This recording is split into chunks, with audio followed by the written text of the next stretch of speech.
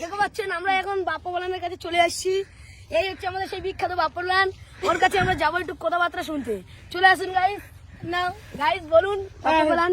হ্যাঁ বাপ্পাটা কি গল্প, আমি সত্যি গল্প বলবো না মিথ্যে? যেটা তোমার সাথে ঘটেছে এই বন্ধু। তারই শোনা একটা গল্প বলছি।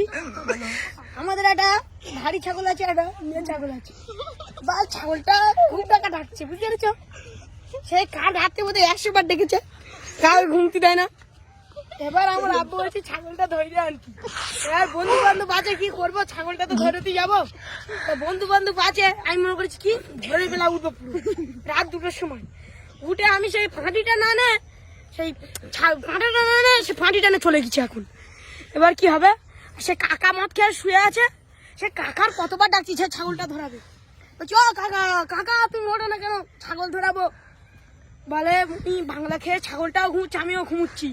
বলছে ছাগলটার তো কিছু একটা জীবন আছে নাকি, সারাদিনে বোধ 100টা ছাগল ধরায়, ও বাংলা খেয়ে ঘুমুচ্ছে। এবার ভালো কাকার অনেকবার রিকোয়েস্ট করার পরে উঠেছে। এবার আমি বলছি কাকা ছাগলটা আবার ধরি।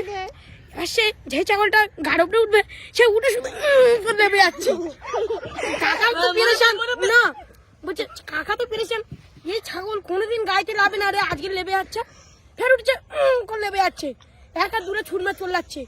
তারপরে কি হলো, ছাগলটা ধরে আনলো, ধরে এনে ফাঁকা ধরে এনে মেয়ার বসে রয়েছে, ফের করে লেবে যাচ্ছে। তারপরে কাকা ঠ্যাং দুটো সেইকে দেখে না, ছাগলের এরম বড় বিচি ঝুলছে। বলছি দিলি তো আমার ঘুমটা তো নষ্ট করে দিলি তো, বাংলা খেয়ে ঘুমছিলি, ঘুমটা তো নষ্ট করে দিলি তো।